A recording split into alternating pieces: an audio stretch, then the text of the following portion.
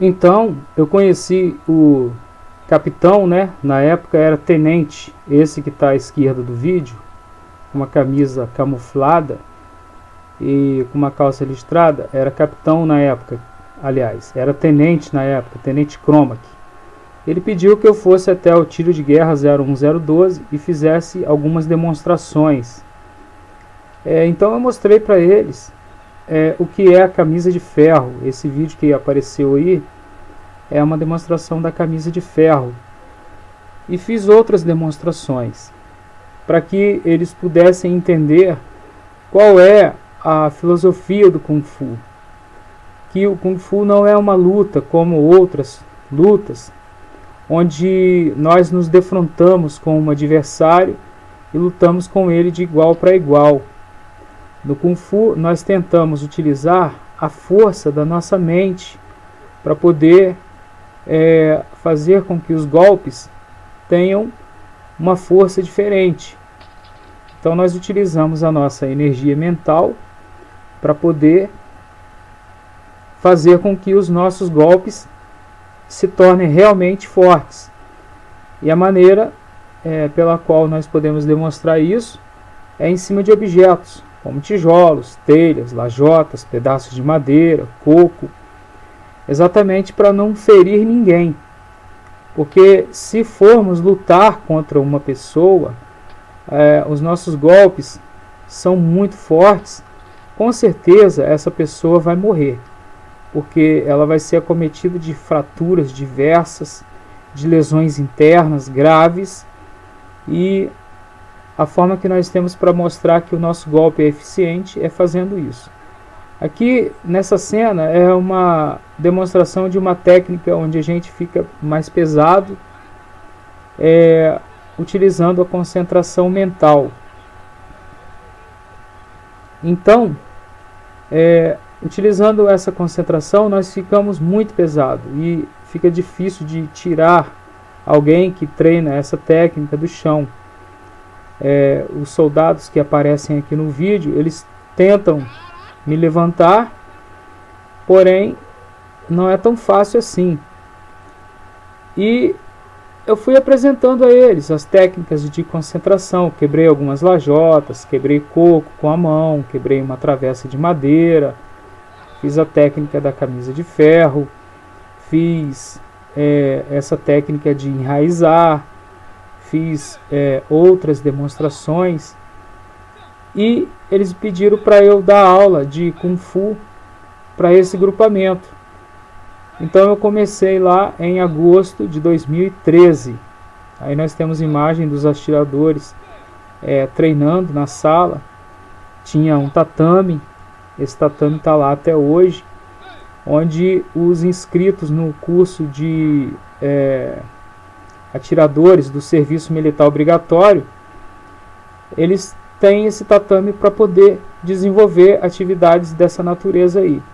Então nós treinamos técnicas oriundas das artes marciais chinesas, mais precisamente as técnicas do sistema que nós chamamos de Tien Na, que é utilizado pela polícia de Hong Kong. Porque a polícia de Hong Kong tem uma característica: ela utiliza apenas um bastão de 50 centímetros e a perícia marcial.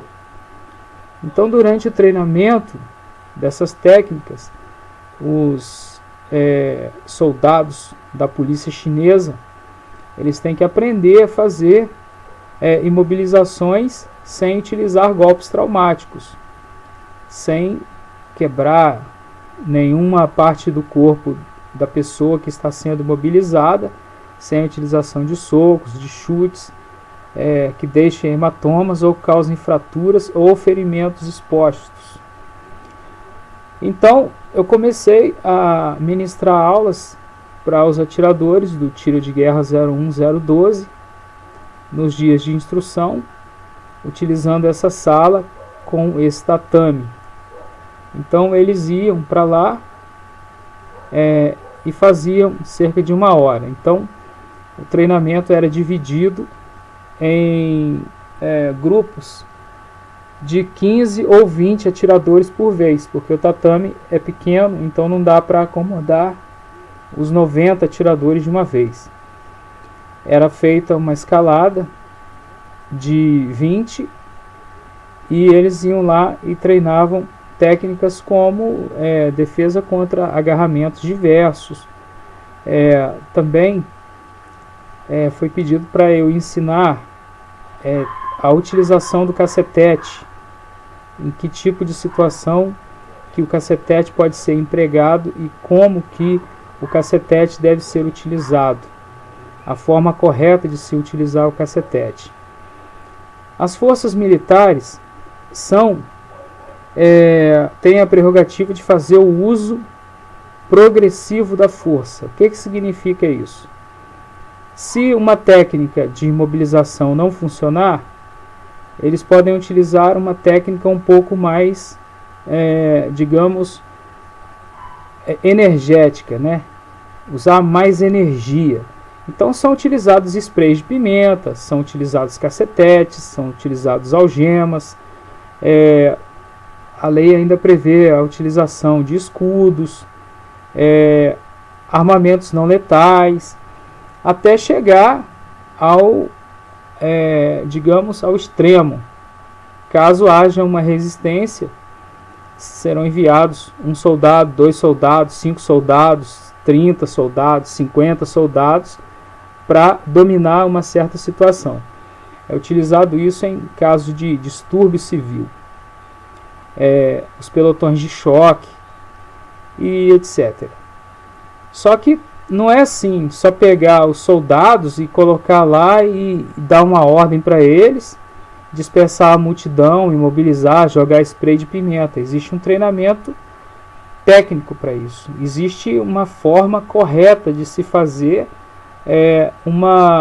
controle, né, de uma massa que está em uma situação dessa, o que caracteriza o distúrbio civil. Então, dentro das Forças Armadas, existem treinamentos corretos para que sejam feitas essas intervenções. Além do mais, existem medidas de segurança que devem ser tomadas. Existem as guarnições que são escaladas para que os próprios soldados façam a guarda do quartel. Eles vão trabalhando por sistema de revezamento. Então são utilizadas várias armas. No batalhão, por exemplo, se utiliza pistola 7,65 e fuzis.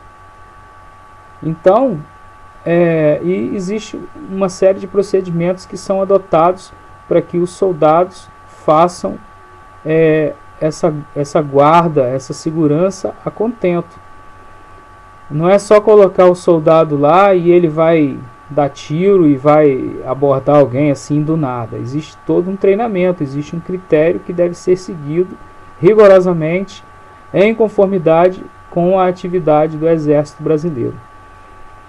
Mas a minha função é essa, é só dar instrução de defesa pessoal, técnicas de imobilização e utilização dos cacetetes, para que algum elemento que adentre a unidade militar seja contido, ou 1, ou 2, ou 3. Então, durante o treinamento das defesas, durante o treinamento das manobras que são ensinadas lá, são previstas vários tipos de situações que um soldado pode estar incluído. Por exemplo, alguém agarrar na farda. Então, nós treinamos o soldado para se desvencilhar de um agarramento na farda. Tentativa de subtração de um cacetete. O meliante, o invasor, ele quer subtrair um cacetete do vigilante ali, que está na hora de serviço. Então, existe uma técnica para que ele possa se desvencilhar desse tipo de investida. Eles devem estar trabalhando em conformidade com as regras de segurança para não serem surpreendidos ou abordados por terceiros, pessoas que queiram tirar esses soldados do seu posto, tentar distraí-los por um motivo ou por outro, ou até mesmo subtrair informações sobre a segurança do local. existe todo um critério de treinamento para que um soldado possa estar em atuação e ter êxito na função que ele estiver exercendo. Tudo é feito através de um sistema de revezamento, mas também no quartel não é só serviço, existem horas de lazer. Eles têm atividades onde são feitas em clubes, com piscinas, existem churrascos, eles participam de torneios de futebol, existe algumas gincanas que são feitas, torneio entre os batalhões, entre os quartéis, até mesmo companhias, participam de atividades como corrida, natação, atividades de jogo de futebol, torneios de xadrez, cabos de guerra. Então existe um equilíbrio entre as atividades militares de aprendizado, a defesa pessoal e as atividades lúdicas, onde os atiradores podem inclusive levar membros da família, como pais, irmãos, né? Então, tudo isso é para manter o ambiente salutar, para manter o ambiente saudável, para que o atirador ou o soldado possa estar integrado, né, na sociedade. Existem atividades cívicas, como desfiles, como desfiles nas praças, nas escolas. O exército é chamado para fazer demonstrações do seu poderio e do treinamento dos seus soldados.